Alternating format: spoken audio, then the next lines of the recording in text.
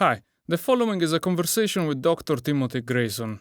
As the director of the Strategic Technology Office at the Defense Advanced Research Projects Agency, or DARPA, Timothy leads the office in the development of breakthrough technologies to enable warfighters to field, operate, and adapt distributed, joint, multi-domain combat capabilities at continuous speed. He is also founder and president of Fortitude Mission Research LLC and spent several years as a senior intelligence officer with the CIA.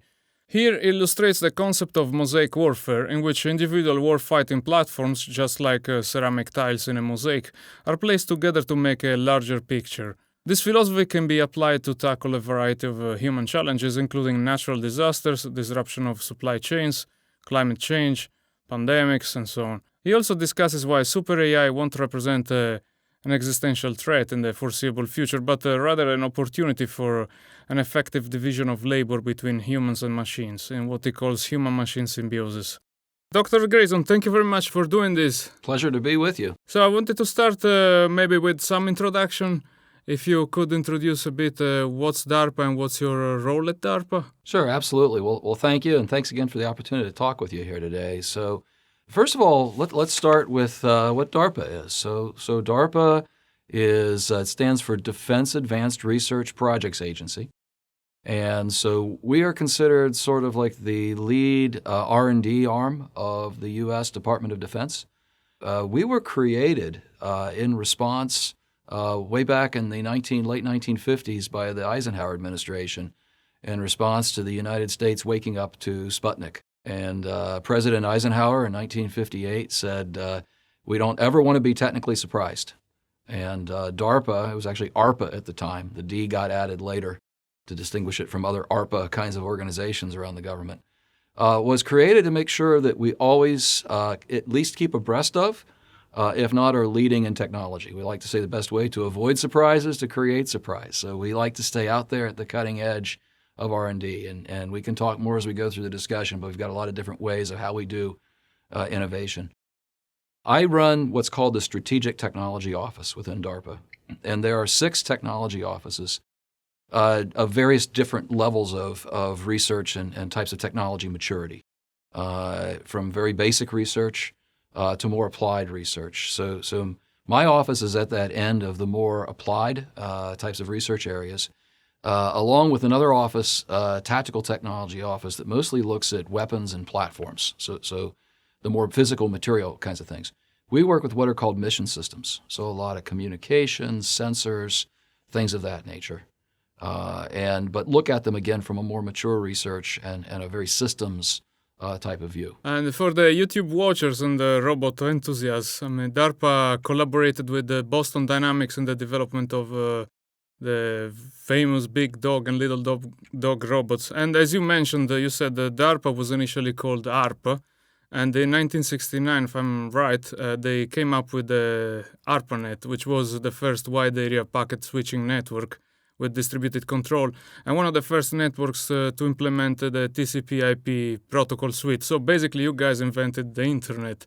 So I was wondering if you could tell me what are the top greatest DARPA inventions that changed the world. So I certainly think that internet is one of the things that gets raised there near the top.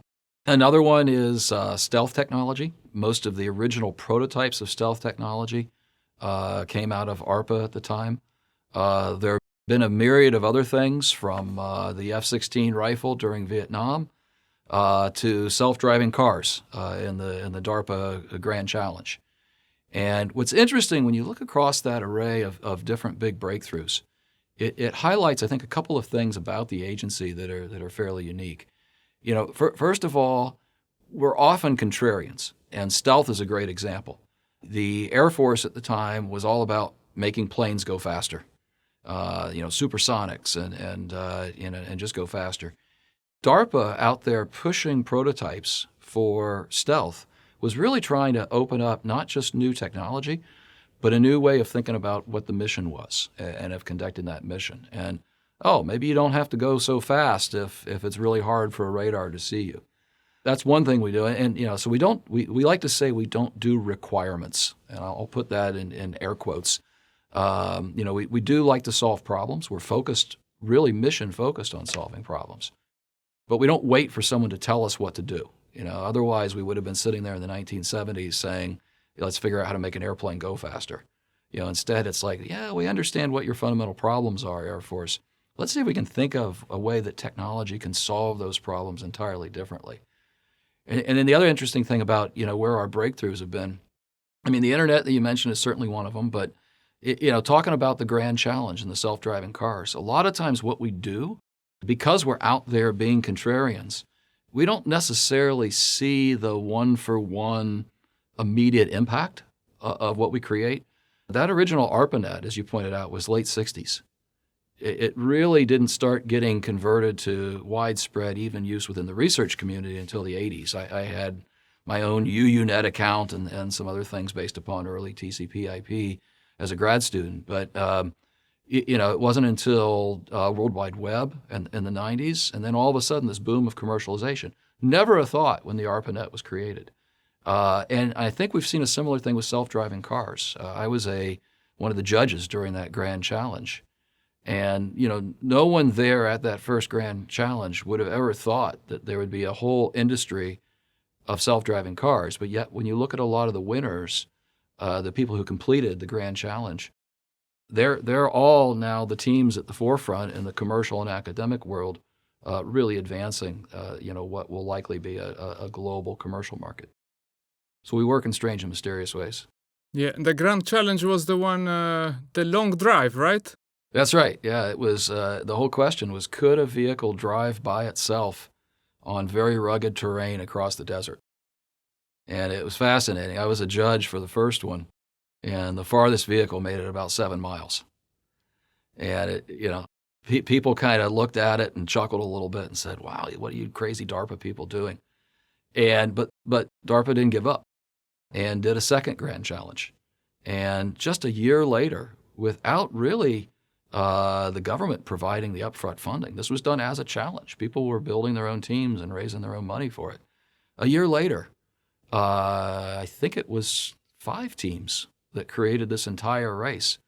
And tremendous advances for incredibly complex terrain in the course of just 1 year. And what's a DARPA hard problem, and why do you need an organization like DARPA to tackle it? Sort of as I was pointing out, the first part of a so-called DARPA hard problem, it's something that lends itself to this contrarian alternative view. If there's a nice, clear technology roadmap, here's where the research community is, and here's the next logical step, yeah, we don't tend to get involved in those. We look at things, first of all, in a very different way. So is there a different way that technology can help solve this particular problem? But then the other part of it is, we're known as a risk-taking agency. But I like to characterize how we do things fairly uniquely as smart risk-taking. I put it the two extremes. One is I don't want any risk at all. I want you to sort of prove to me all the technology is going to work before I go try something, and then I'll do little incremental baby steps. There's the other extreme, which I call hope as a strategy. Someone comes forward with an innovative sounding idea and a pretty cartoon PowerPoint chart and say, wow, you're onto something. That's a really clever idea. And say, how are you going to do it? And it's like, well, I don't know. We'll hire smart people and they'll think about it. We start with problems where we understand enough about the problem that we know what the risks are. And we have some way to rationalize that we have a chance of being successful. And then we can build programs around that are focused at retiring those biggest risks first. And then we can move on to building bigger systems and doing more exotic programs. And that gets to one other thing I think is sort of magic about our model versus a lot of other R&D organizations. We do have latitude for a certain amount of curiosity-driven work, and we give a lot of flexibility and latitude to our program managers. It really is bottoms up based upon those program managers. But we're very problem-centric. We like to say we're mission-focused. So pretty much everything we do starts with what problem are you trying to solve? And then from there, we can explore, what are the different technology opportunities and have an extremely wide aperture. But I think it's that problem focus that also creates a lot of ability for DARPA to move things quickly, especially when you mix it with the risk acceptant culture. Yeah, and so you did a PhD in physics where you worked on quantum optics before it became quantum information. And I guess people now are familiar with the possibility to build quantum computers can open new fields, especially for things like cryptography or solving quantum systems and so on. And then you moved to DARPA where you worked as a scientist. So I was wondering if you could tell us a bit about this journey and how that influenced your sort of approach towards problems. Yeah, absolutely. Great question. So, yeah, I like to joke around that I did quantum computing before it was cool. I was in a lab, a very, very prominent pioneer in the field of quantum optics, Professor Leonard Mandel. Unfortunately passed away a number of years ago, but yeah, he was one of the pioneers of quantum optics and really laid the foundation. And we were a lab group that was doing experimental realizations of quantum optics. And it was interesting. It was a fascinating, time for a PhD, and I love the research work. At the time, most of what we were doing was, frankly, experimental demonstrations of Copenhagen theory and various aspects of fundamental quantum mechanics. And it was exciting stuff. It was really fun research. At the same time, there was sort of this practical side nagging at me that said, everyone already believes this and accepts it. We just haven't demonstrated these particular principles. And it was interesting. I was writing my dissertation the year that Peter Shor published his factoring algorithm, which I would argue sort of kicked off the whole, quantum computing, quantum information area. So, but I had already made the decision that I was going to go do something more, quote, practical than continue this quantum optics stuff. So I went to work as a postdoc for the Air Force, using a lot of the tools of what we had done in the lab. For instance, to do our research, my dissertation was doing quantum optics based upon two-photon entanglement. And so to implement that, we were doing a lot of work with nonlinear optics and spontaneous down conversion. When I started working for the Air Force lab out at Wright-Patterson in Dayton, Ohio, they were interested in laser sources based upon nonlinear optics. So I got into the business of developing different types of laser and other optical sources and doing research in nonlinear optics. But I think that's where, again, this sort of practical side kind of tugged at me, because it was really interesting research going on there at the device and the system level. And I kept saying, but what's this good for? How are we ultimately going to be using it? And tried to look at the full system level problem. If we could do this radical new laser source, how would it help us build a sensor? And what would I need to go along with it in terms of a new type of camera? Is there software and different types of algorithmic processing that might make it a more practical capability if a lot of these LiDAR types of, I'll call it beeps and squiggles, weren't intuitive to a human looking at a picture. And so that led me to sort of this system level kind of thinking, I would call it. And, I guess to some basic researchers that sounds like, might be boring or a little bit of a sellout, but, I found it fascinating to think about how can we take really fundamental science but apply it in this problem-centric sort of way. And that really excited me.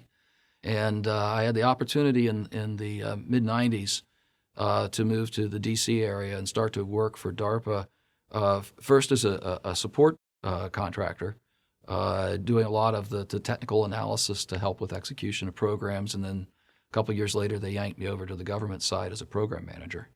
And that was a big jump also, because up until that point, I was doing very hands-on research. I had my own lab group, some graduate students I was advising, publishing papers, all those good things that I'm sure your viewers, their normal life.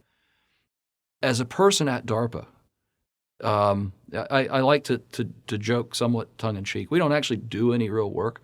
We just make PowerPoint and shovel money. There are no DARPA labs, despite what is in the Tom Clancy video games and some of the movies. all of the actual research we do is extramural. We have our success based upon the team of contractors and university people and some of the other government labs that actually do the real hands-on research. But at the same time, we demand that the people who come to DARPA be highly technical. They need to be leaders in their field. They need to have done hands-on research, so that they're not bureaucrats. They're not paper pushers. They drive the vision. They're helping to create the vision. Back to that smart risk-taking that I said. They know enough themselves that they know what the technical risks are. They know how to structure their programs around those risks. And then even though the work's being done extramurally by this group of contractors and university performers, they can provide the due diligence. And again, a common sense way. A lot of parts of the government that don't have the same level of technical expertise, and their program managers have to resort to checklists and requirements and things like that. Our men and women are so experienced and acknowledged in their fields that they intuitively know what the issues are and can dig into them and ask the hard questions, and then based upon the response, then they're empowered to make decisions and pivot quickly as their research evolves. Yeah, that's why I was going to ask you how important it is that leaders know and understand what's happening in the labs, because sometimes you have managers, people coming from business environments or managerial careers that have no idea about the technical sides. They don't have any background. So how important it is? I mean, we have the biggest example probably is Elon Musk, right? He knows every single thing probably. That's the story. But I imagine that's correct. And that's how he runs successfully these multiple companies. So how important is this kind of aspect for you? It's very important. But it takes a certain breed of researcher. So that you have to have been technical coming in. Interestingly enough, we don't have any firm requirements on credentials. While the majority of people at DARPA have PhDs in a technical field, it's not a hard mandate. But we do look for people who are technically accomplished, who have actually done their own research. The model, I like to say, and even this is not hard and fast, we like to say that you've got to be a mile deep in some technical area, just so you have that experience base and you know what it's like to do research. But you also have to be inch deep at least across a very wide range. That's, I think, one thing that differentiates a DARPA program manager from a lot of other very accomplished researchers. You could have someone who is, one of the world-leading researcher in whatever their academic area is, and they work in it their entire career, but you ask that person to step outside that lane and they get very uncomfortable. DARPA PMs have to also be very fast studies. I think that maybe the biggest characteristic, I never really thought about this, but it's academic curiosity. It's someone who has already proven that they can go deep, that they've got the technical chops, but then it's also augmented by that technical curiosity. A new challenge comes up and someone presents them a new idea. I can be a quick study. And I'm not going to be the expert who's going to go toe-to-toe doing the research. But like you said with Elon Musk, he's not building SpaceX rockets, or he's not designing batteries himself. But he's a quick enough study that he can ask the right questions and make informed decisions. And that's kind of the model that we look at for our program managers. So what kind of organizational structure do you have there? Is it flat or is it tall? I mean, is the management command-oriented or is it flat? It's very flat. It's Okay. very flat. So my point about, we don't have DARPA labs, it pretty much begins and ends with the program managers. I mentioned we've got these 6 technical offices, but they're populated by program managers. I don't know the exact number off the top of my head, but it's somewhere around 100 or so program managers. And everything begins and ends with them. They generate the ideas, they execute their program activities, overseeing them. But again, the actual research work is conducted extramurally.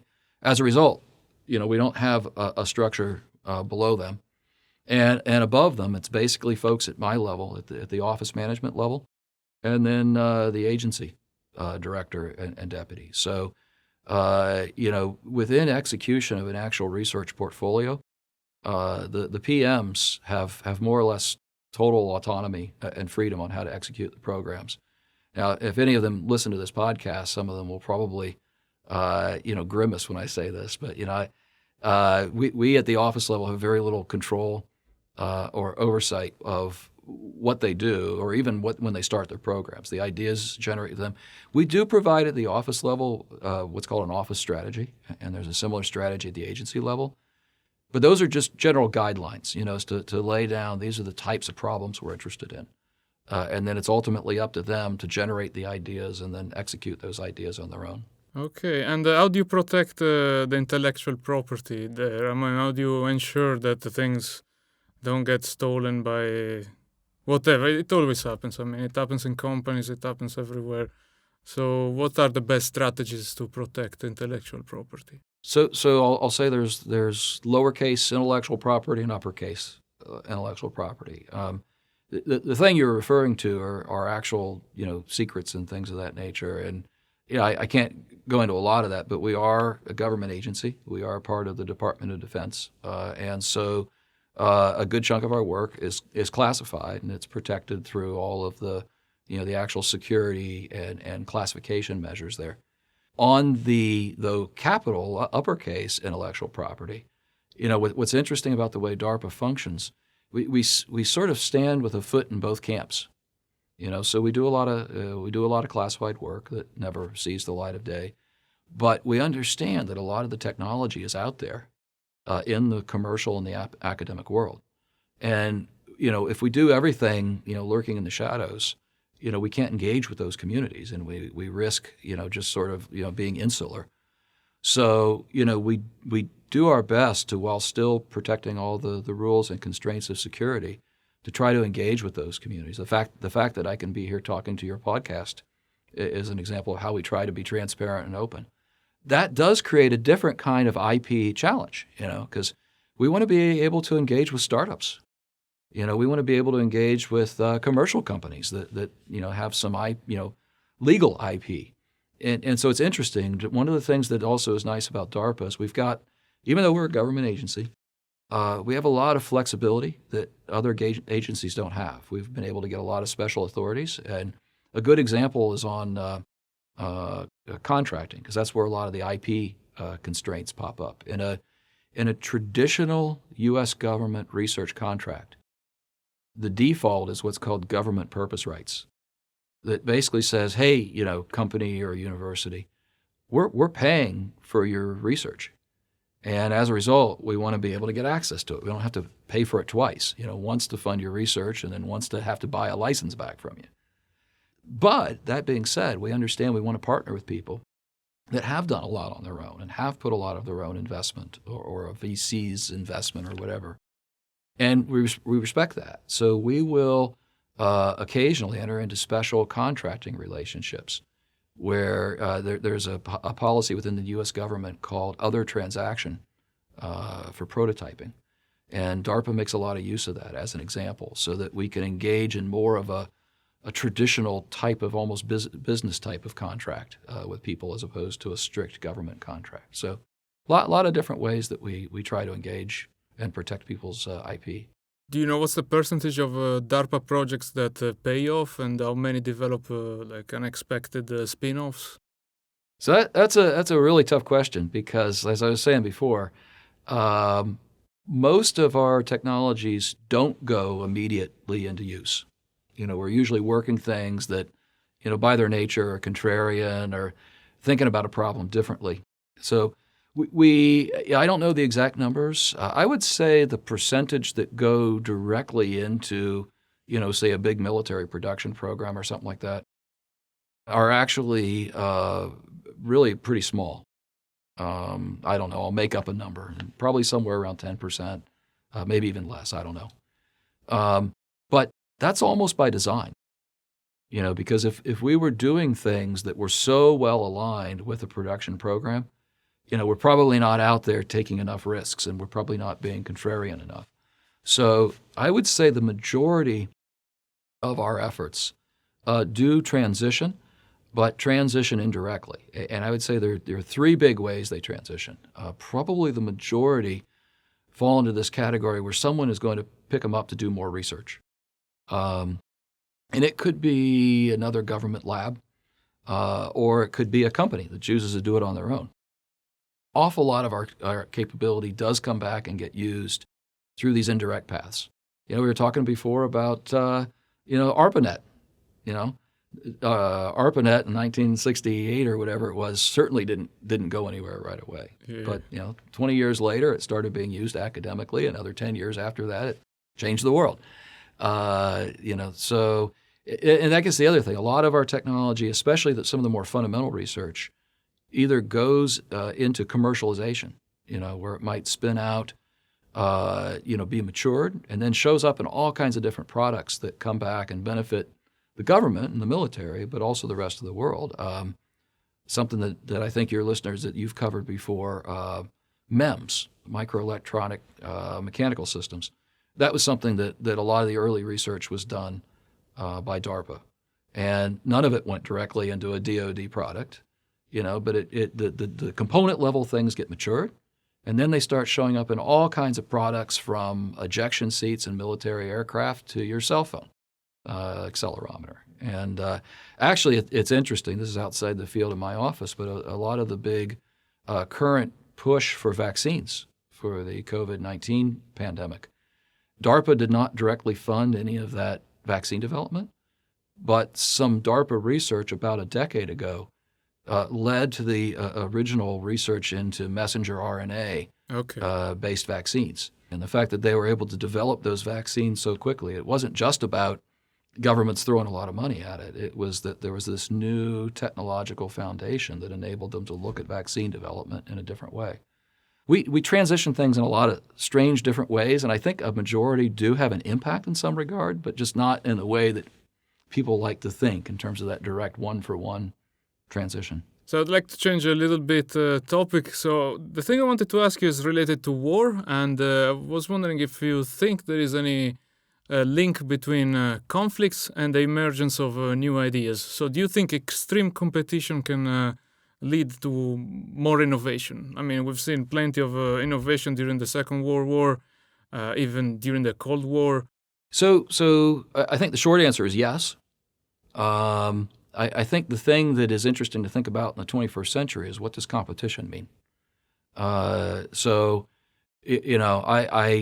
surely to goodness, and this is the whole reason that, it sounds like an oxymoron, but the reason the Department of Defense exists is to create peace and stability.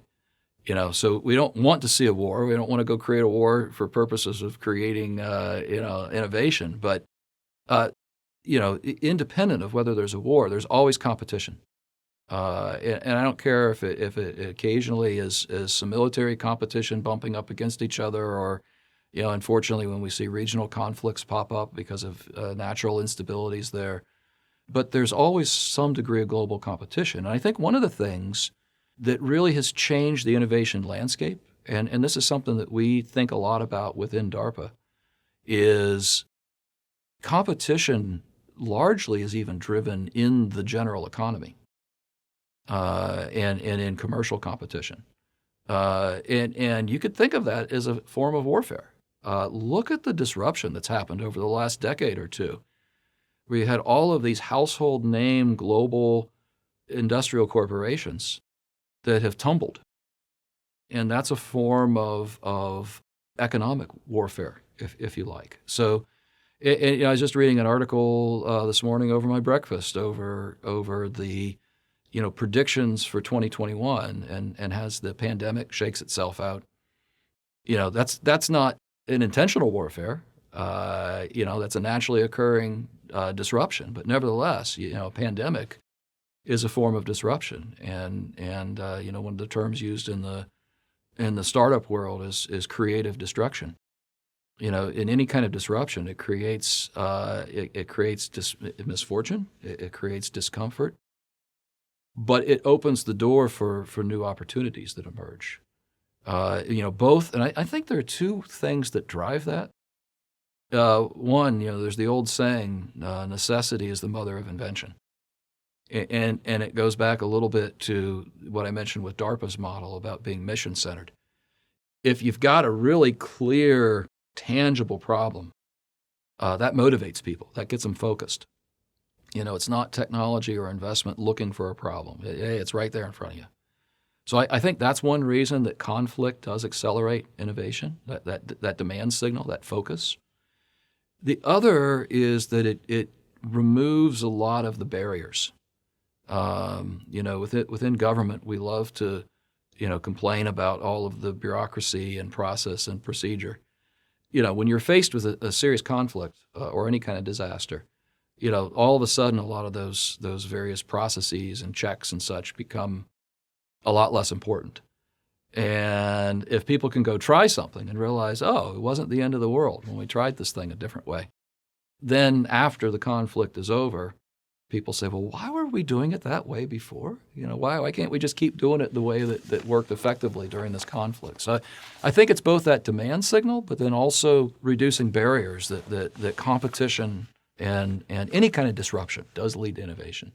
So how would you describe the world of warfare? I mean, if I try to describe a system, we have different parameters. We need to talk about domains, dimensions, rulers and protractors, or sensors, players, laws. So what are all these aspects? I mean, how do you accurately model this world? What do you need to take into account to make some good model of the world of warfare? So let me pull two threads here. The first one is sort of, I'll say a bounding framework for what you described. There's something that's a sort of a driving trend right now within the U.S. DoD. It's got a couple of different names, but for purpose of this discussion, we'll use one of the names that goes under Joint All-Domain Operations or Joint All-Domain Command and Control. So we'll just call it JADO. And the key thing there is all domain. Let's talk a little bit about what a domain is. Historically, you got an army that fights on the land. You got an air force that fights in the air. You got a navy that fights at sea. So we talk about those physical domains. There's been a lot of press over the past year. We just passed the first anniversary of the U.S. Space Force. That's an acknowledgement that space is a domain. People talk a lot about cyber or the electromagnetic spectrum. Those are all domains. I've even heard of a domain referenced before when we start talking about things like information or, I'll call it the cognitive domain. Yeah. People refer to hybrid warfare or gray zone warfare, hearts and minds, things of that nature. So all of those are different domains. And one of the big trends right now is a realization that you really put yourself at a disadvantage if you look at only one domain, or even you look at multiple domains, but each individually. Because the reality is all of it's very, very interdependent and codependent. The second big factor that ends up popping up, and they're both directly connected, and the punchline here, I want to come back to the question of complexity and dimensionality in all of this. The other one is speed. Yeah, time. Yep, time. And one of the terms that we've been starting to use around DARPA, in fact, I'll give credit to our director for inspiring this term, Victoria Coleman. We're calling it time compression. It's how can we make time speed up, essentially. How can we, at simplistic levels, how can we do things faster? But there is this traditional determinism, particularly within DoD, that likes to say, okay, I want to study things and try to forecast, what the future is going to be. And in the process of doing that forecasting, come up with every possible contingency. And then I'm going to go build one, heck of a powerful system that is either, has a high enough performance level or is adaptable enough that it's going to address every single one of those contingencies. The reality is we are now in such a complex, multidimensional world that I'll posit that this forecast model doesn't carry. So instead, we have to be in a mode of rapid responsiveness. How can I just sort of assume that I can't, how can I acknowledge, not just assume, how can I acknowledge that I can't predict the future, with any degree of accuracy? And there are going to be contingencies that occur that I just haven't forecasted. So how can I be in a rapid responsive mode? That's time compression. And so a lot of what we're looking at right now is both of those big themes pulled together. How can we be all domain and recognize all the interdependencies of this very high dimensionality space? And how at the same time can we do it with incredible speed in this notion of time compression? There's an interesting little aside, if I can. I love this story because it shines a light on this issue of time compression. And it's about toilet paper of all things. Okay. This was inspired by an article I read in Fortune magazine back early in the pandemic. Yeah. And they were talking about the shock to the supply chain for consumer goods when everyone had to run on stores, and the shortage of toilet paper. And they said, look, if you look in the business world, particularly in manufacturing, they're also a very forecast-centric, type of world.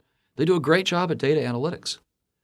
A company that makes things will forecast out almost, to I don't know how many decimal places what they think their sales are going to be, and it's all about managing that inventory. It's efficiency. And one of the things they said in this article is that one of the reasons the shelves ended up empty of toilet paper is they were already running at something like 93% capacity, just so they were making sure they had no inefficiencies. That's great from an efficiency and effectiveness standpoint, but it leaves no resilience. That's a very brittle system. And when all of a sudden there's this contingency disruption of a pandemic and people doing a run on stores, it doesn't have the latitude to respond to that. And you think, okay, I'll take a legacy forecast approach, and it says, well, I need to open up my air bars. I need to account for, well, that's not practical, because that would say, okay, I need to have 3 times the quantity of milling machines. Well, if the typical toilet paper manufacturer, went and bought, 3 milling machines for every one they have today, they'd go out of business. Yeah. They can't afford that level of over-provisioning. So the answer is, what are things I can do that can be rapidly adapted? How can I measure disruption? And then what are the knobs I can turn to get to good enough? It's not going to be optimal, but how can I get to good enough in a rapidly responsive manner? And that's what I see as the big trend going forward, and that's certainly where my organization has been focused. I think the problem with the toilet paper was that toilet paper takes space. So when people buy, let's say, 5 or 6 packs of it, they just then the next customer will see an empty shelf. So they will think they're running out of toilet paper. So you could think about compressing it even more so that it looks small, and you can put more and more so that it doesn't. You hit the nail on the head. In fact, in this article, they talk about that. Okay. And that's exactly what one of these, I'll say, soft knobs is. They couldn't go whip up a new milling machine in a day. But what they could do is reprogram their production line so that they could start packaging, packages, smaller packages, fewer rolls. Vacuum pack the toilet paper. Right? Well, yeah, in this case, it was just doing 4 roll packs as opposed to 24. But it's the same idea, yeah. Yeah. And there were other things too, like, if some of the shortages were caused by disruptions of the supply chain. Yeah. And so, can I have what amounts to a vendor, radar for new sources of pulp and a new process for vetting and validating those providers in a faster manner? So it's a great example of taking a very system architecture level thinking of these complex problems as opposed to the obvious solution, which is build more milling machines. Yeah. It might be the obvious solution, but it's not a very effective one in the long run. I mean, I was reading about, AlphaGo and all these AI systems where they take into account like certain games and so on, and then they try to build these super expert systems that can fight against or play against humans. But when you model a game, for example, chess, the sort of game tree complexity is 10 to the 120, or if it's Go, it's 10 to the 700. But when I think about a war game, that must be like thousands of orders of magnitude more complex than chess and Go. So that's why I was thinking, what are the approaches to achieve an acceptable level of modeling without something that works, but that is not too much complex. Because in theory, if you want to model things, you could start from the wave function and the Schrödinger equation. That's the most ridiculous thing that someone can do. But so what's the sort of modeling that you guys do, if I can ask this question? Yeah, no, that's a great question, and something I personally think a lot about. And I'll even toss it out to your viewers if anyone has any ideas on how to do this kind of framework analysis in a quantitative way. I'd be interested in hearing your ideas, and who knows, maybe we'll get a project out of it. The fundamental way we're looking at it is managing. In some ways, this is borrowed straight out of network theory. It's looking at how do we manage complexity and dimensionality by breaking things apart into scale. And so, if we think about some of the dimensions you mentioned, I mean, those are consistent with some of the things we see at the decision support level inside an individual platform or a payload. And one of the things I think we'll probably end up talking a little bit more about is our alpha dogfight. But if we have a AI flying an aircraft, or we have an AI controlling a sensor payload, those kinds of decision processes are on the order of, you're saying, maybe 10 to the 200th or so. Now imagine that platform or that payload is part of one mission unit, and that in turn is part of whole squadrons or forces, and then I'm talking all domain and all these other types of things. So each of those is taking about that same dimensionality and now growing that geometrically.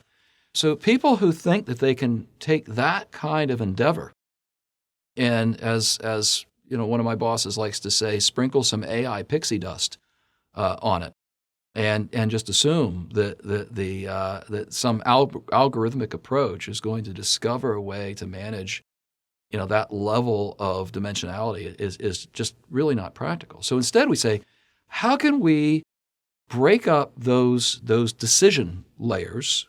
And I'll think of it in terms of decisions that have to be made. How can we partition those into a manageable degree of complexity or a manageable dimensionality, and then still create optionality by being able to abstract those interfaces and those boundaries? So it's really about partitioning and abstraction.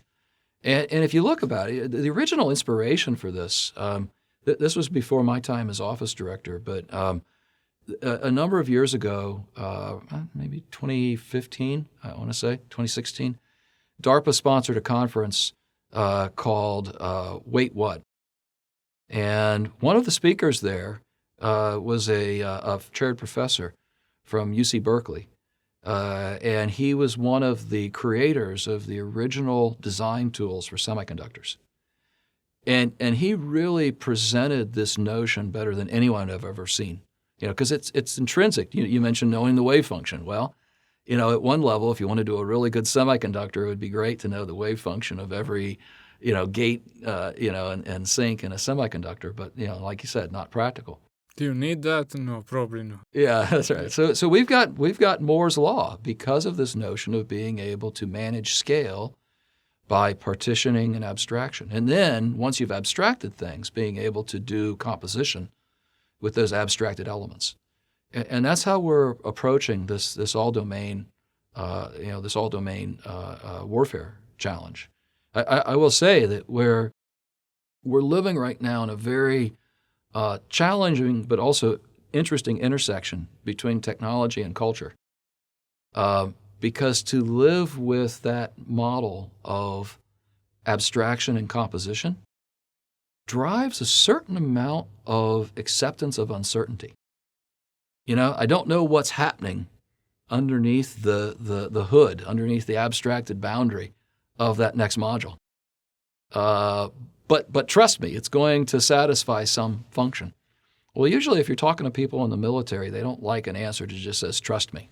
They want determinism. They want a certain number of decimal places of certitude. But I argue that is committing the statistics 101 fallacy of mistaking precision for accuracy. We're living in such a complex, dynamic world that we have to be able to back to the toilet paper, live with disruption, live with uncertainty. And the only way you do that is by, taking a more stochastic kind of model toward things. And so let's say that you have these models of the world of warfare, and what can you use them for? How are these models deployed? Is it for training or actually fighting real wars, or how does it work? Yeah, so it's all across the board. So within my office, our guiding portfolio for these kinds of things, we're calling Mosaic Warfare. And you can see our little logo here behind me. The whole metaphor of Mosaic Warfare is, if you look as a contrast, a jigsaw puzzle, that's a highly engineered architecture. I'm creating an overarching effect with a composition of existing pieces, but every single one of those pieces is very carefully engineered to how it's going to fit into that broader picture. They're difficult to put together. They are very brittle and fragile once you've created them, and they're not flexible at all. So the mosaic analogy is to say, I want to, again, stochastic kind of model. I'm going to have a bag of tiles, so to speak, that are some arbitrary, perhaps even opportunistic distribution.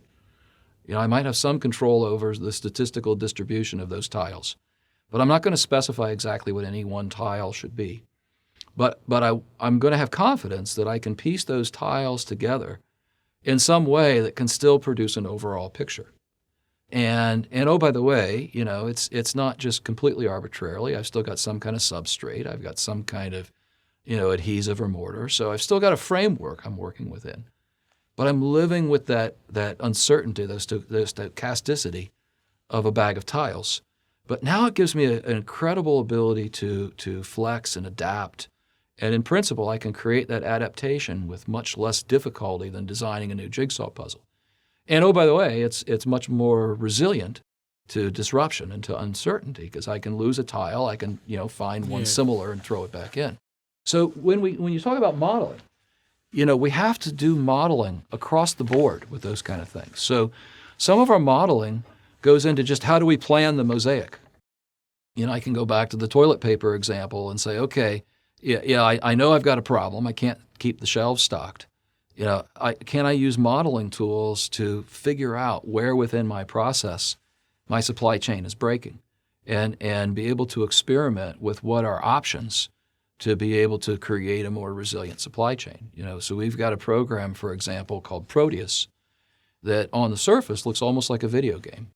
And what it's actually doing, though, is allowing people at things like military universities to explore new types of force structure and to create notion of hybrid military units that could be designed much more finely and specifically to given mission needs. So that's an example of using this kind of modeling at a planning kind of stage.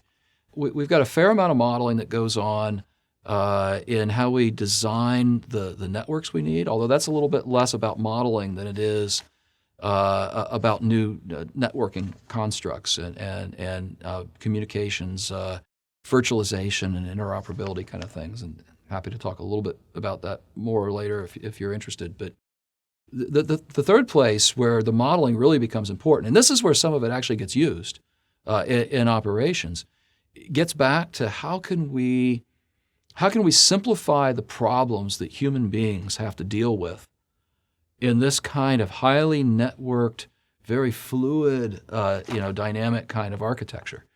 If you're responsible for being one of those tiles yourself, how do you know what your role is supposed to be in this mosaic? And that's where a lot of our work in AI has come in. But in the spirit of abstraction and composition, it's all up and down these various different degrees or levels of a call it decision-making stack. So we've got some technology that is at a very high level. Think of that as the mosaic artist who's saying, I've got a certain function I want to have happen in the battle space, and I want to use a new collection of tiles to go conduct that function. What are the best set of tiles to use at this moment in time? And so it becomes automated modeling to make those high-level decisions. To your point about dimensionality and complexity, that decision maker using that model doesn't have to know anything about how to actually use that tile or how to, what other calculations might have to go in. It just sort of votes. The tile itself is working a lower level type of modeling, again, managed dimensionality, where it comes in and says, okay, someone asked me to serve this role. I don't know why. I don't have understanding of the whole battle space or commander's intent. Again, that level of complexity has been stripped away. I just know as a tile, I've been asked to do something. Can I do it? What calculations and modeling do I need? So that might be, for example, for an aircraft, just something as simple as route planning. Or we've got one program that's been looking at for collections of air platforms. How do you deconflict the airspace in this very dynamic manner? Again, none of those functions need to know that high-level awareness. And then another layer of abstraction, the things that are doing things like that airspace planning, those modeling tools don't have to know how to actually actuate the platform. So there's a different level of AI that can worry about actuating platforms, actuating payloads. So each of these layers, and this is where my challenge problem comes in. If someone has a great model who's an expert out there on network theory, it'd be really interesting to say, how could we actually define a scaling law, based upon a certain number of interfaces, divisions, and boundaries in this notion of abstraction and composition. Yeah. And so you came up with this idea of mosaic warfare as opposed to monolithic architectures, right? There is a huge rupture with the past. You gave a talk, when was it, in 2018, where you spoke about the problem of dominance. You have a couple questions buried in there. So let me talk about the dominance one first.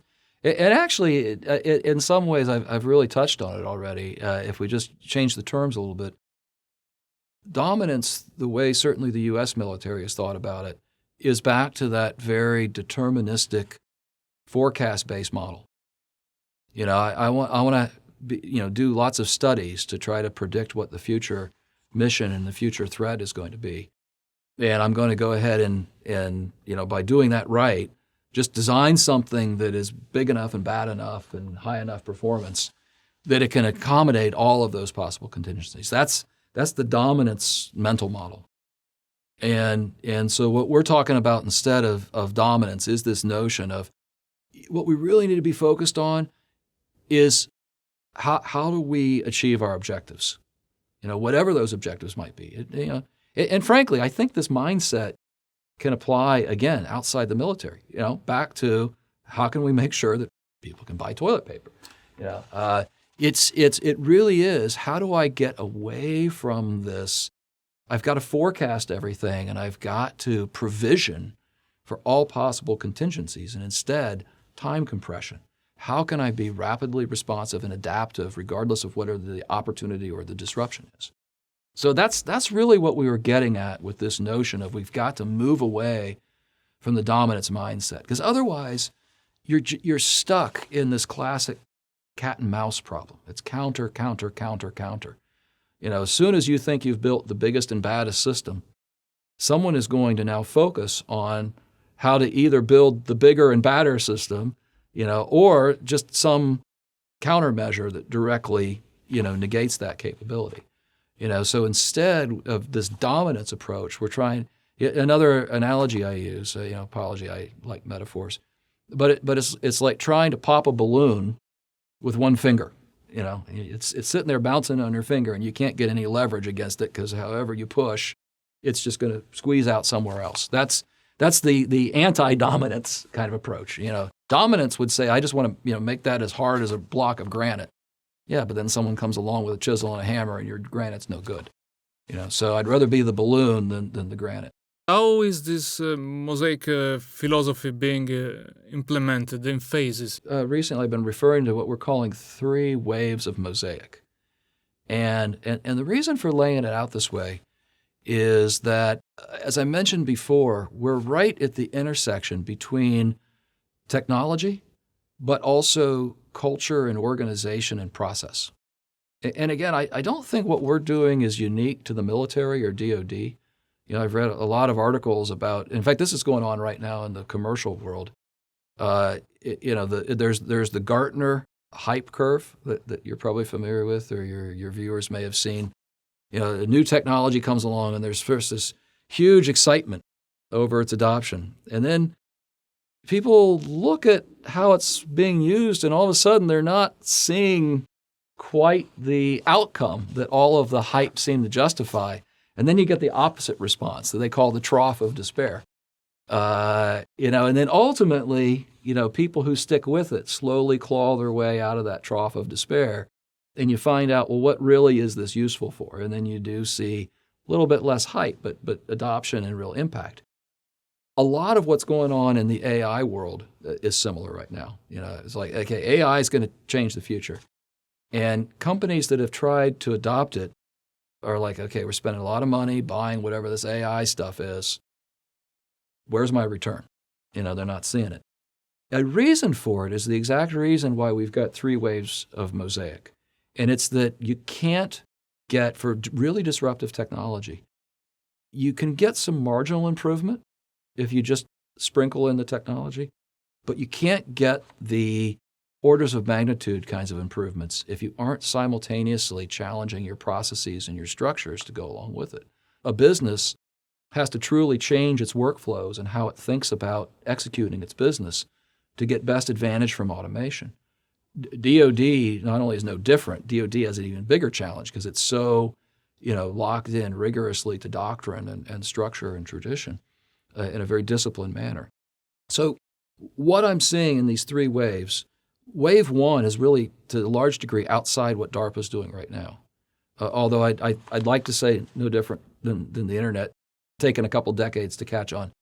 We've been working system of systems architectures, at least going back to the late 90s when I was a program manager. And so we've been pushing this for a long time. And as recently as about 5 years ago or so, my office now was still working system of systems. And people would look at us like we were ogres with 2 heads. What is this system of systems thing? Give me my next fighter aircraft.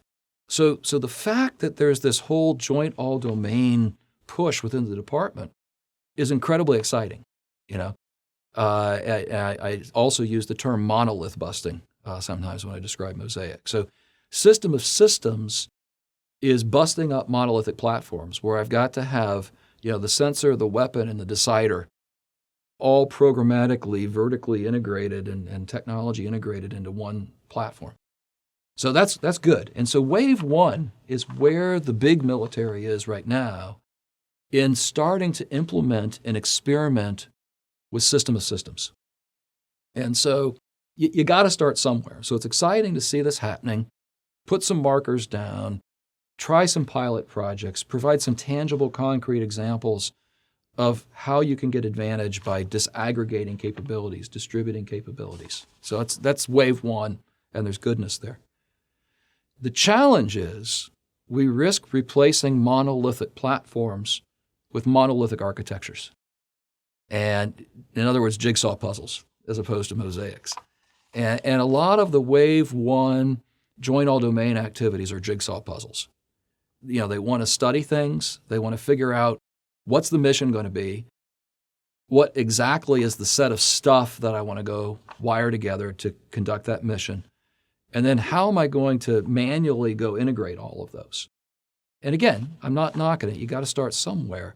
But if we stop at that point and say, okay, we're just going to replace the whole DoD with these tailored architectures, I would argue what we've done is replaced vertical stovepipes, the platform-centric monoliths, with horizontal stovepipes, the architecture-centered monoliths. And that frightens me if we get to that point, because as anyone who's tried to do system architecting knows, and you brought it up in your question about complexity, the more things we put together, that complexity grows geometrically. Building system of systems architectures is hard. So if we try to build the whole DoD with system of systems architectures, it has a real risk of just collapsing under its own complexity. So wave 2 is where we're really focused right now. What we want to be able to do is to enable a military operator out in the field to say, yeah, I've got a bunch of stuff out there that by itself maybe has an existing function that it was designed to go do. It in and of itself is a useful standalone capability.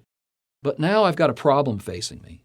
And it could be a new mission. It could be a new adversary. It could be a new environmental problem or whatever. How can I take what I've got and take this architectural mindset and build a bespoke to this problem facing me today? How can I build an architecture that addresses that problem facing me today with whatever I've got? So it's this notion of it's not everything wired together in a big mesh.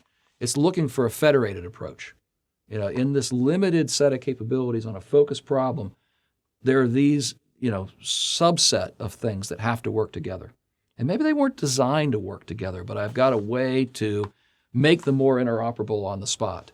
And so that's what we see as wave 2. I like to describe it as letting the warfighter do system architecting without realizing they're actually doing a technical act. They just think they're doing mission planning. But there happens to be all these technical wiring diagrams going on behind them.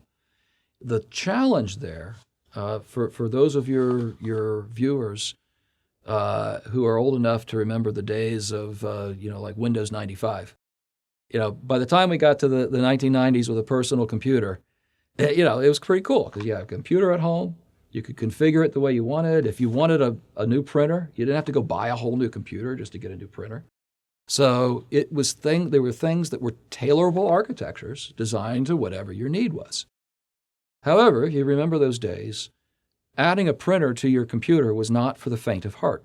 You had to tear open the box, pop in a card, put in a floppy disk and do manual installation of a bunch of specialized software that usually didn't quite work right. And so that's where we are with wave 2. The technology that's coming out of DARPA is think of us almost as Dell. We want to create the environment for the warfighter where they can, again, focused on need, be able to piece together architectures just like in 1990 we would have put together our home computer. As an aside, one of the organizational things that I've been out there pounding the pavement about is we need a new function within the military that, for lack of a better term, I'm calling a combat support geek squad. Again, to use that personal computer analogy, For someone who didn't have the technical fortitude to rip open their computer to install their printer, they could call up Geek Squad. And so who is the support organization that can be out there 24/7 supporting operators? It's not like going back to one of the vendors or a program office, but yet they're more technically skilled than your typical flight line mechanic. So that's wave 2. And that's the next logical step because we want to be able to demonstrate that we truly can flex to need. Wave 3, and I'm not, is as much of an evangelist as I am about these things. I'm not willing to push too hard on wave 3 yet. But if we can prove and we convince even ourselves, let alone the warfighter, that they really can operate in this very fluid, more stochastic, build me a capability to need, it is going to change how we think about new systems. So think about how we're going to populate that palette with new tiles. The way we're thinking about wave 2 is the tiles, the platforms, the weapons, the sensors, are all going to be more or less the current things we've got today. When we buy the replacement for those in the future, if we're wildly successful with Mosaic, imagine I go buy a new sensor. And I say, you know what? I'm not going to tell you what the performance requirements for this sensor should be. I'm not even going to tell you quite what all the functions have to be. And I'm not going to tell you how it's going to be used. But it's great. Trust me. But we're trying to enable that kind of a future where you could let innovators come in and say, I think I've got this great new radar. And I know it's got to be good for something. And you throw it into that palette of tiles. One of the interesting things, you asked about modeling earlier, one of the things we're even exploring with are sort of game theoretic models as a way to score tiles. In this future vision, we don't want to dictate how a tile is going to be used, how a particular, capability is going to be used. But we still, DoD has a finite amount of money. It's not truly an open market. So we can't just let the market decide the way, a commercial environment would. So how do we figure out how do we want to spend taxpayer money on these capabilities? So, we've contemplated using modeling tools against game theory to say, okay, someone brings me a new tile. It can be used in the course of this very fluid mosaic. Does it move the needle? Does this tile actually improve things? Does it make no difference? Hopefully it doesn't make things worse.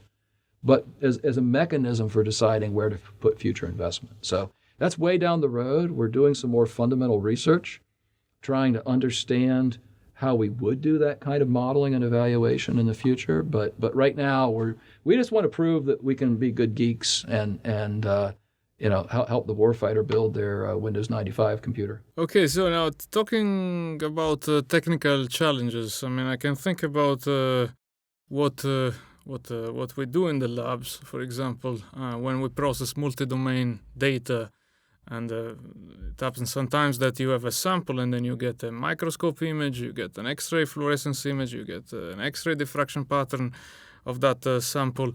And then you try, if you raster scan, you get an image. And then you try to align the images. You try to register the images. And then you get all this data from different sensors, and then you need to transfer it to a computer. And then basically you need to reduce the data, you need to generate knowledge, you need to synthesize that knowledge, and then you need to translate it in a way. You need to test hypotheses so that you can make informed decisions. All this stuff takes time, and it takes computing power. So how do you approach the data transfer between elements of the mosaic and avoid the time-consuming sneaker net? Yep, great question. So what you just described, I kind of, at a real top level, talked about these three thrust areas. We have planning, execution, the one in the middle we call interoperability, which is exactly this problem you laid out. So the way we're tackling that is, to some degree, it's not exactly one-to-one, but to some degree, it parallels the ISO network stack model. And so we start at that physical layer.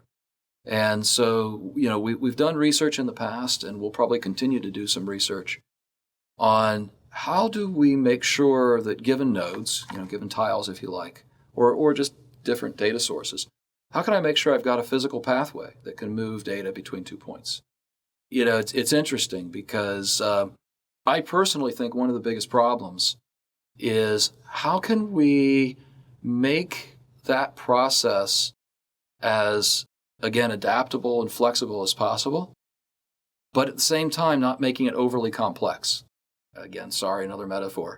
But the best analogy I've seen is comparing a Swiss Army knife to a Dremel tool. I can make a Swiss Army knife that does everything. I can make a radio gateway that speaks every part of the spectrum and every possible protocol. The reality, though, is that node is probably going to be insanely complex and insanely expensive and large and power consuming and all the rest of those problems. The more Dremel tool model is maybe I want a node that only speaks 2 different waveforms.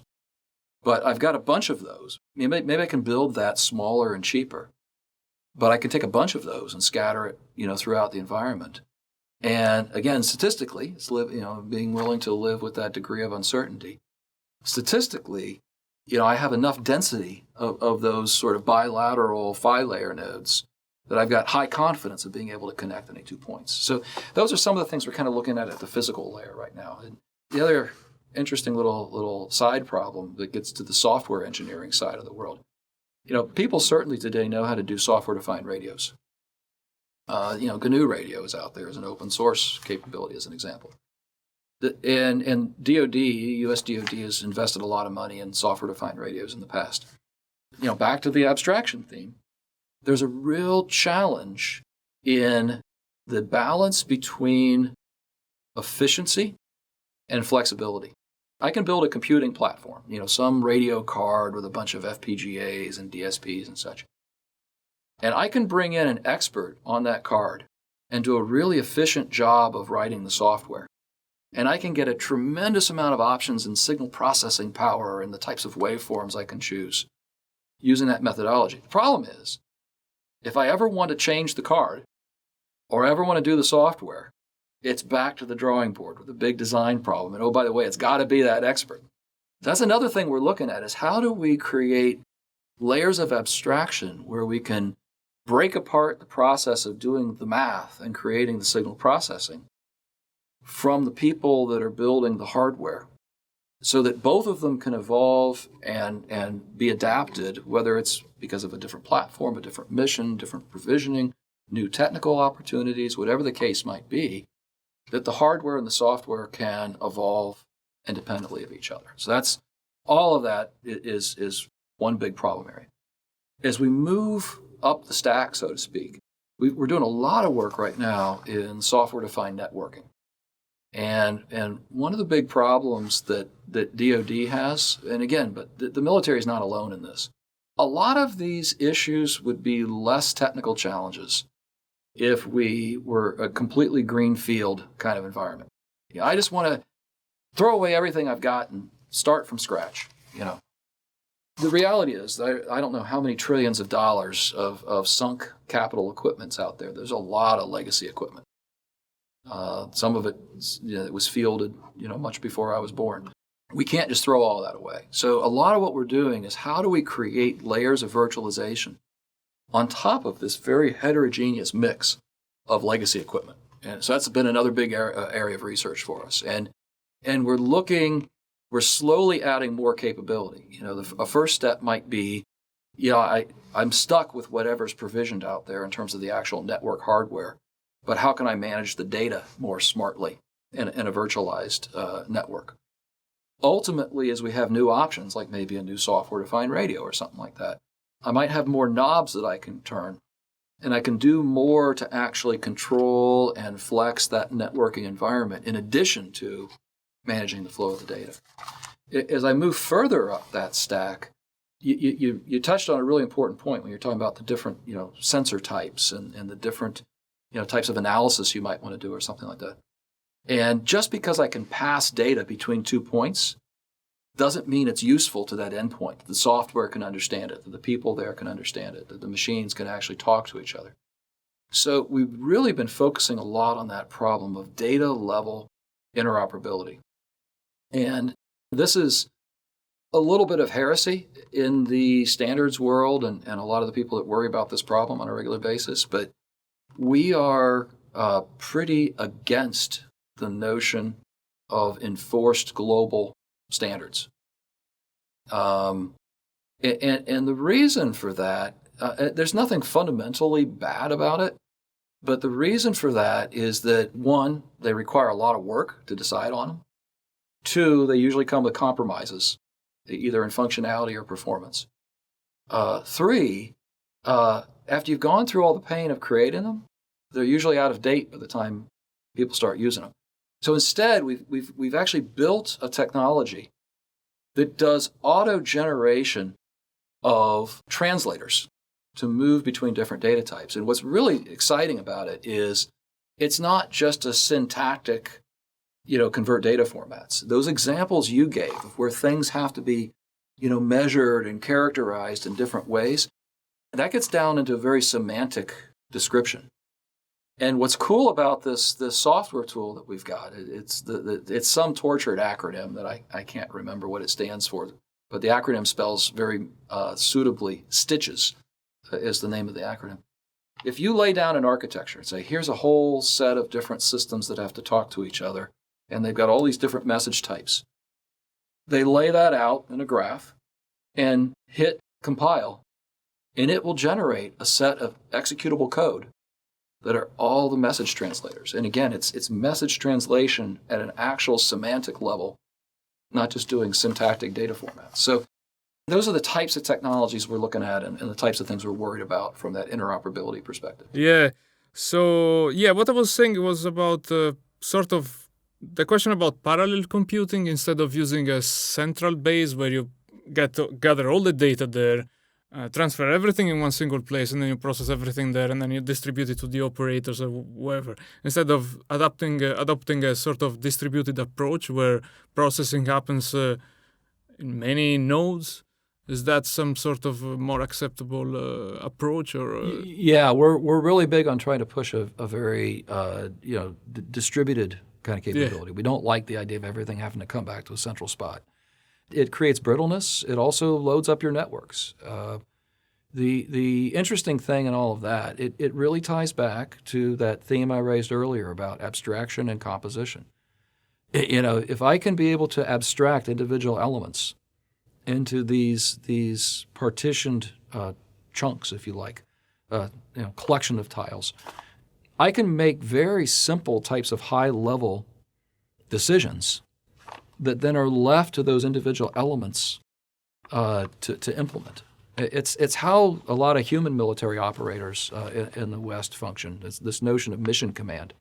Yeah. And we're trying to build the same thing into software and into architectures. Yeah, and the other thing was that how do you avoid overflow of information with the operators? Well, once again, if we're not centralizing information, if we're partitioning, I'm sorry to be a broken record, but I come back to abstraction and composition. If let's take for example of in one of these distributed war game kinds of environments, you might have a small army unit, with a missile battery. And let's say they want to use their missiles as part of some, targeting solution, with the Air Force, flying a radar sensor. To your point about information overload, if those poor guys in the Army at the missile battery had to have every piece of information in the battle space and from every possible sensor, and they were distilling all of that themselves, how would they pick out how they should use their missiles? If with this, very distributed, decisions happening in different layers and in different pieces and in different locations, I might have a node someplace that without knowing the details of that radar or the missile battery saying, hey, those two things would go well together.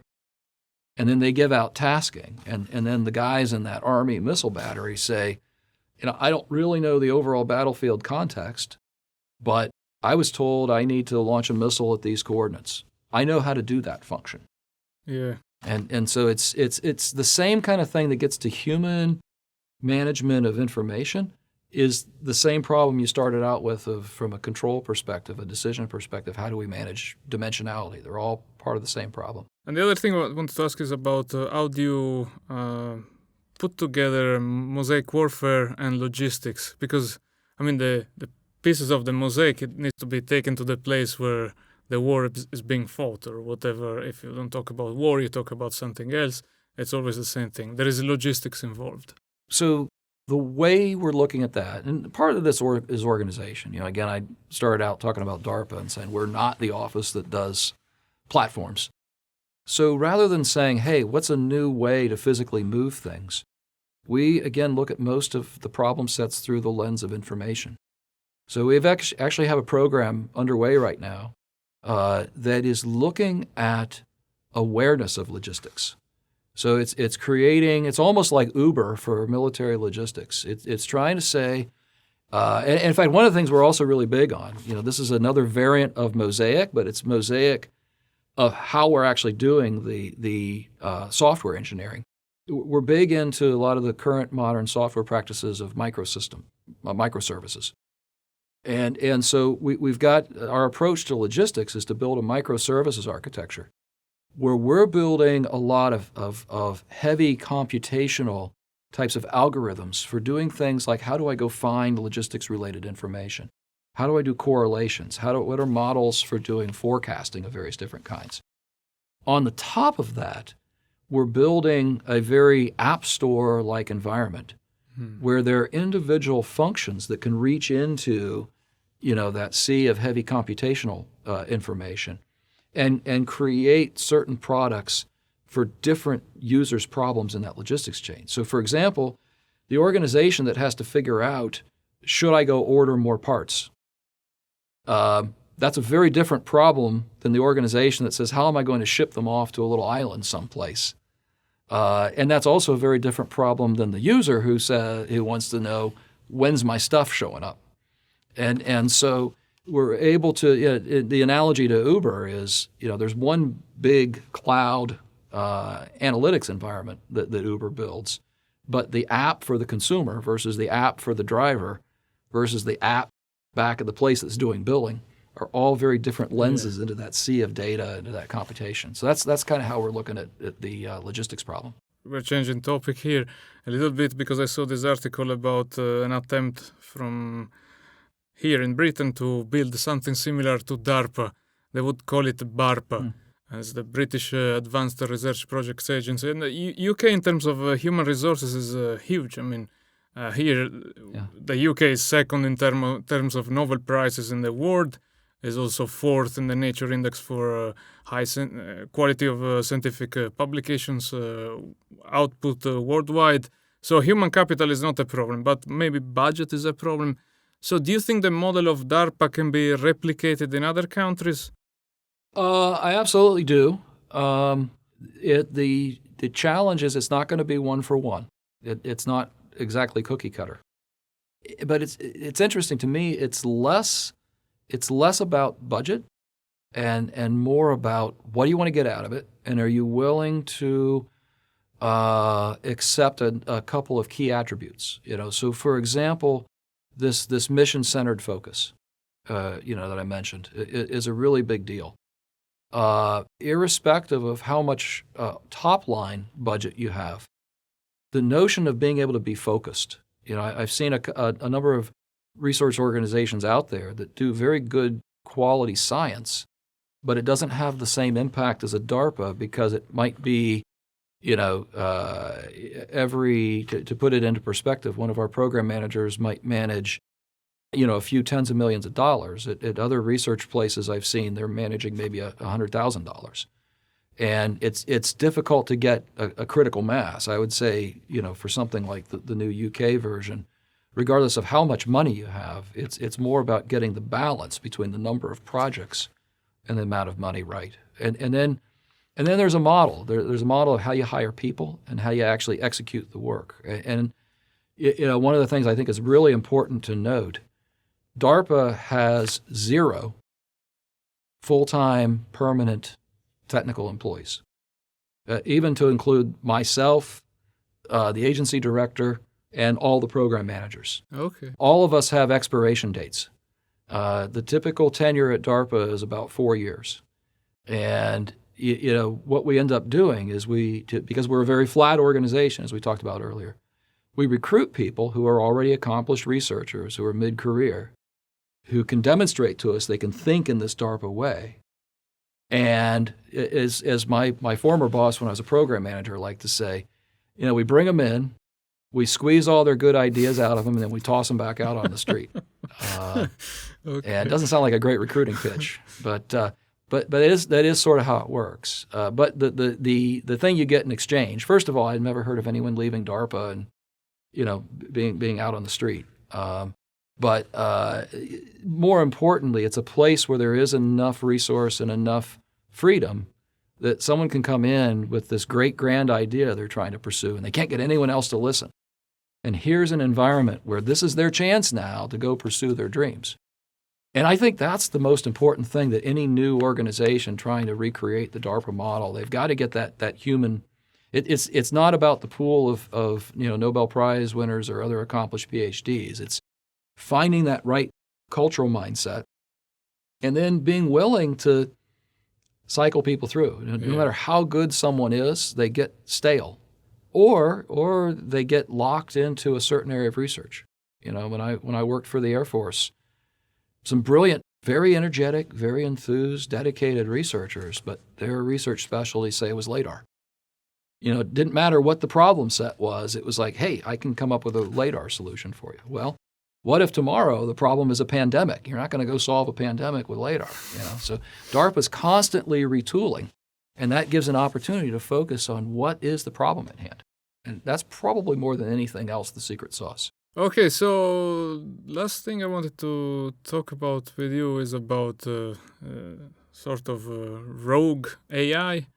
I mean, a super AI or artificial general intelligence would be some sort of AI able to learn and achieve certain goals faster than humans. And there are many discussions on cyber and physical existential threats from super AI. Probably, people tend to get worried about AI when it's in the context of warfare. And people would associate this AI to what we've seen in sci-fi movies like Terminator, Skynet, and all these things. And some philosophers said that the issue with the super AI might be that when a human assigns a certain goal, for example, get rid of email spams worldwide, then maybe the AI system finds its own inconvenient intermediate goals in order to achieve that primary goal, which is like kill everyone. So do you think this represents an actual risk, or maybe the risk is that there will be more TED Talks, more books, and more movies on the subject? What do you think? Well, I tend to lean more toward your latter there. Yeah. No, never say never, but I'm not worried about it, certainly within our lifetimes, or for that matter, my grandchildren's lifetimes. It's something as AI advances. We should watch how AI advances and keep an eye on what you're talking about. I don't think we're in any danger of that happening right now. First of all, I'll say AI does a great job and can do some of the things you talked about. Think, process much, much faster than a human can in what are so-called closed world problems. But for more open world kind of problems, things that take more context, more intuition, more inference, it's still extremely, extremely early days for AI. And I don't think we're going to get anywhere close to that existential, kinds of risks that you're referencing in Hollywood. Yeah. Until we get to that so-called, really competent third wave AI. But what I do see, and a lot of this gets into the implementation, and I think responsible implementation. One of the things the DoD, people point to DoD because it is about competition and conflict and things like that as being the driver of the killer AI. Both from my own experience as well as a lot of things I've read, there are so many checks and balances within the military. And frankly, culturally, that I was talking about before, the military is so conservative. If the killer AI were going to emerge, I don't think it would be in the military. I've actually heard it postulated that the finance world is a better place for it to emerge. Okay. But back to my comment about closed world, I think what's a very realistic thing in that world, and we've even seen some of it, are the unintended consequences of the AI, running off, so-called rogue toward the equivalent of a local maximum. You get some unintended consequences for what it was built for, Now, an AI-based training app, I don't think is likely to all of a sudden, somehow mutate and become Terminator. But it can, left unchecked, wreak havoc in financial systems, for what it's designed to do. Yeah. So that's a lot of the way that the military is looking at it. Even as greater and greater amount of automation is done, the term that's used is human on the loop. And I hate to be a broken record, but it comes back to our Mosaic model of abstraction and composition. If we're breaking apart decision-making and control into these layers, there can be some layers that the AI is responsible for and some layers that the human is responsible for. And there will be natural boundaries then on what the AI can, run off and do, even if it decides to go stupid. A great example is something that was, it got a lot of media attention a couple months ago that was run out of my office. It was called the Alpha Dogfight Trials. Yeah. It's being conducted under the Air Combat Evolution Program. And it got tons of attention. For those who are watching this, you can go on to DARPA's YouTube channel and look up Alpha Dogfight, and you can see the whole thing. What got everyone's attention and it relates sort of to your question, and it creates that titillation of, oh, maybe this is the first step to Terminator. The AI, the final event was the winning AI agent. It was a contest with 8 different AI agents competed against each other tournament style. And then the winning AI agent flew against a human pilot. And this was a real accomplished fighter ace, active duty Air Force, sitting in a simulator. Sadly for the poor pilot, he lost 5-0. It was pretty dramatic. And there were lots of, things that weren't completely realistic or whatnot. But frankly, I think in the balance of things, the number of not realistic things was probably equally split in terms of who it favored. But despite how eye-opening and sort of titillating that fact that the AI beat the humans so handily, it misses the point of the program. And the real thing we're trying to do in the ACE program is figure out how AI and humans work together. Yeah. In the subsequent follow-on program, it's going to be focused on how we create a protocol to train trust in AI. The analogy my program manager likes to use is the first time he got in a car that had adaptive cruise control, and his car is speeding down the road, and there's this sea of red lights in front of him. It took a moment of panic. Do I trust the AI to stop, or do I stomp on the brake? That's the real push in the ACE program, is how to get a human fighter pilot comfortable with the plane flying itself. But even more fundamentally, and it gets back to your question and back to this notion of human on the loop, what we're really trying to do in the long run is, and one of the terms also used is human-machine symbiosis. Yeah. How do we create a division of labor such that things like flying a plane, which are incredibly dynamic, very, very difficult, a lot of hand-eye coordination, actuation coordination. But flying an aircraft, if given a specific objective, is actually a very closed world problem. It doesn't require a lot of inference. And that's exactly the kind of thing that a computer can really excel at. And it can even process more data than a human can. It's not just about speed. One of the things we saw is that the machines can think in as many dimensions as you want. You can give it a 6 degree of freedom or a 9 degree of freedom state vector for the opposing aircraft. Humans can't think that way. You're just thinking 4 dimensions. Driving on the highway, someone cuts you off. They don't think in barely even 3 dimensions, let alone 6. Yeah, that's right. But yet at the same time, the computer does a really lousy job of the higher level strategic things. So, that's the kind of division of labor that we're working at. That's why I don't think that we're anywhere near Terminator, and we're not even really on a path for Terminator. But yet, where the real promise in AI is going to be. So then the problem there was media that didn't get the point of this exercise, right? That's right, because human-machine symbiosis is boring compared to fighter pilots losing to a computer.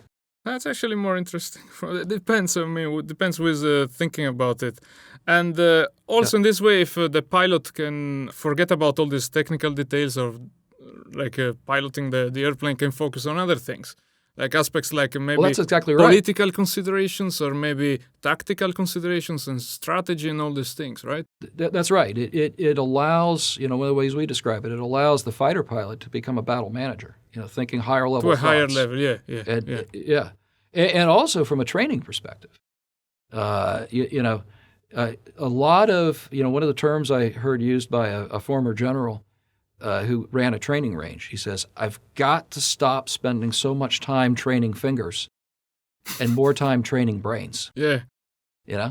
Think about, I'm not a gamer. I'll say, oh, you young whippersnappers, those, the kids out there. But you watch someone who's a gamer and, they can move from game console to game console and game to game and fairly intuitively pick up a new gaming system. If we had a bunch of AI at that lower level, could we make learning the use of a system so intuitive that now the human is more transportable? Maybe that's another layer of abstraction. I'll come back to one of my favorite themes. Abstract away the systems from the human. Yeah. And something the military does a horrible job in, but the commercial world, I think, is getting there. That's behind a lot of the principles of UI, UX, user experience, in the design thinking. And I hope we see more of that within the military. Yeah, the other thing I wanted to ask you is about interfacing humans and machines. I mean, DARPA has been interested in these brain-machine interfaces since the 70s, and now we have Elon Musk trying to achieve this with the Neuralink. So is the way humans acquire and output information a bottleneck in warfare? Or maybe just this is not a problem? I mean, what do you think? Well, so I first of all, I can't comment too authoritatively about that because most of that kind of work goes on in another office at DARPA called the Biosystems Technology Office. So I don't have a lot of insight into those specific programs. But I'll come back to that human-machine symbiosis problem. I think personally, I'd love to have something like that, and I could read faster and get through more material more quickly. But there have been a couple really exciting things that have gone on out of those BTO programs where it's created more fine-level control of prosthetics, or even people who are quadriplegics being able to be totally paralyzed and bedridden, and yet with one of those brain-machine interfaces being able to control all kinds of things in the physical world or experience things that they wouldn't normally. All of that is I think, a very exciting and a big opportunity, but to me, it doesn't really change the fundamentals in this human-machine symbiosis. To me, the bigger, at least the more interesting thing from my offices and my personal perspective is, not how do we bring the two together more closely through one of those interfaces, but rather how do we understand where it makes sense to split them apart? Yeah. Where are the natural boundaries for division of labor? And that really gets more to what's the type of information, what are ways to control information, dimensionality or complexity. And that to me is where really the more, I'm not saying there's anything wrong at all with the other research, but to me, I guess you got to be in the area, but I find it more exciting to think about this information-centric problem. How do you think AI or advanced AI, super AI or whatever will help scientific research in the future? Do you think we're going to see more symbiosis between AI and scientists? Maybe for things like repetitive tasks and tedious things, like, when you try to test different materials, you have a robot that tests the thing, does the analysis and so on. What do you think? I would certainly think so. I mean, just off the top of my head, two big opportunities pop out. One is exactly what you described, the tedious task. When I was, I'll go back to my experience doing quantum optics as a grad student. I don't know how many, many hours I spent in a pitch black room, twiddling with aligning mirrors and such with a beam I could barely see.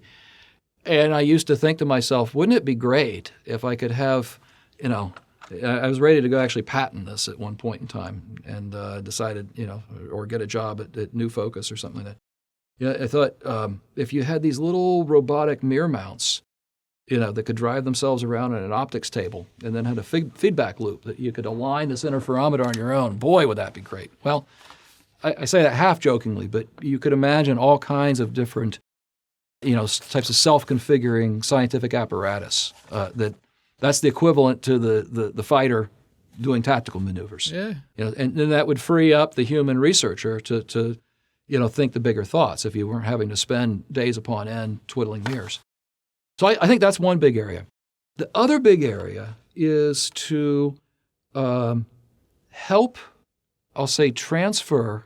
Again, I think we're a long way away from machines actually having intuition, but I think they can help humans with their own intuition. I think they can do a certain amount of transference of experience, so and do it in such a way that allows researchers to explore and challenge hypotheses. So the open world problem is the challenge of coming up with a hypothesis in the first place. And again, I think that's something that's going to be the domain of humans for a long, long time to come. Yeah. But once you've got a hypothesis, humans are notorious for getting, locked into tunnel vision. I've got my hypothesis. Now I'm going to build my experiments and do my data analysis. that in some cases, not all, but in some cases can actually be self-confirming. I've seen AI-based tools that allow you, and maybe it's going to be wrong. In fact, it very well might be wrong, because again, machines aren't great at intuitive leaps. But for instance, there's interesting research going on right now in what's called self-aware AI.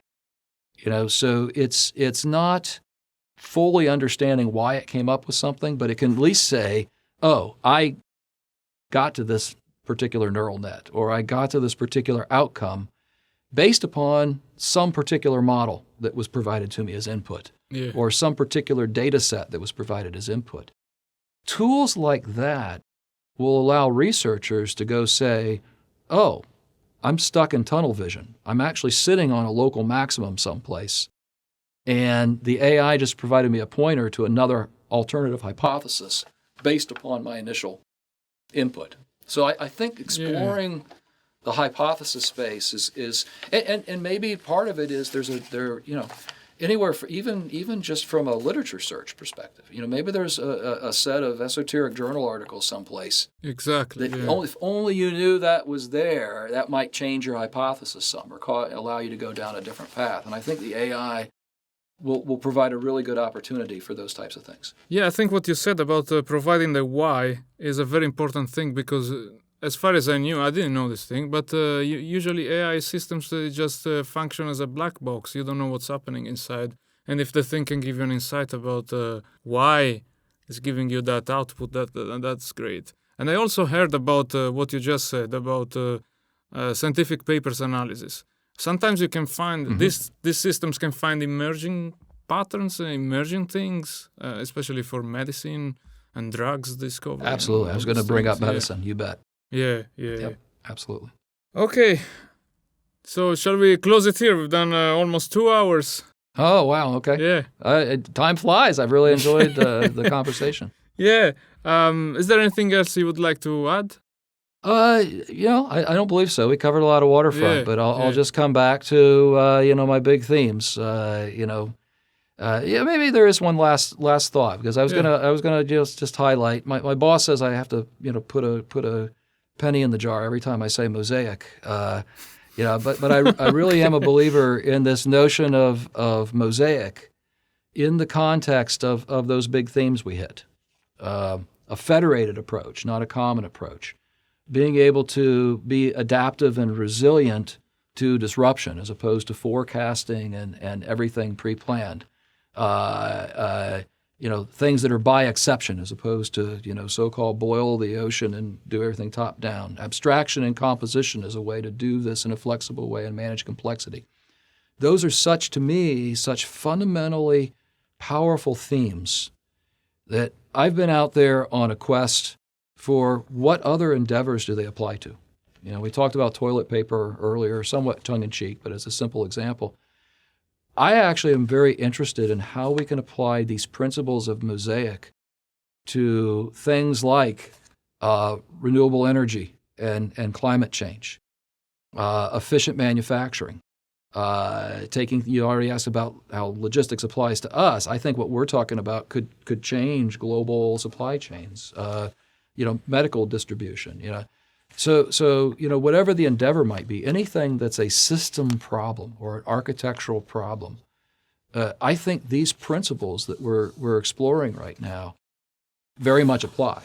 And so, from the perspective of your viewers or, anyone else that I'm talking to out there, I've actually been asking, what are the dual use applications? Can we find ways to apply this type of technology to other human endeavor? Outside of only the warfighting aspect. Yeah. Maybe that's a good way to close, to loop back to your early question about conflict driving innovation. Okay. Thank you very much, and have a great holiday. Yeah, thank you. I really appreciate the opportunity to talk, and you have a wonderful holiday too. Thank you. Bye. Thank you for listening to this conversation with Dr. Timothy Grayson. And I'd also like to thank DARPA's communication team for making this possible. If you enjoyed this video, please leave a comment below, like, subscribe, turn on the notification bell, and support this channel on Patreon. This podcast will be also available on Spotify and Apple Podcasts, and you can find the links in the description below. Thanks for watching.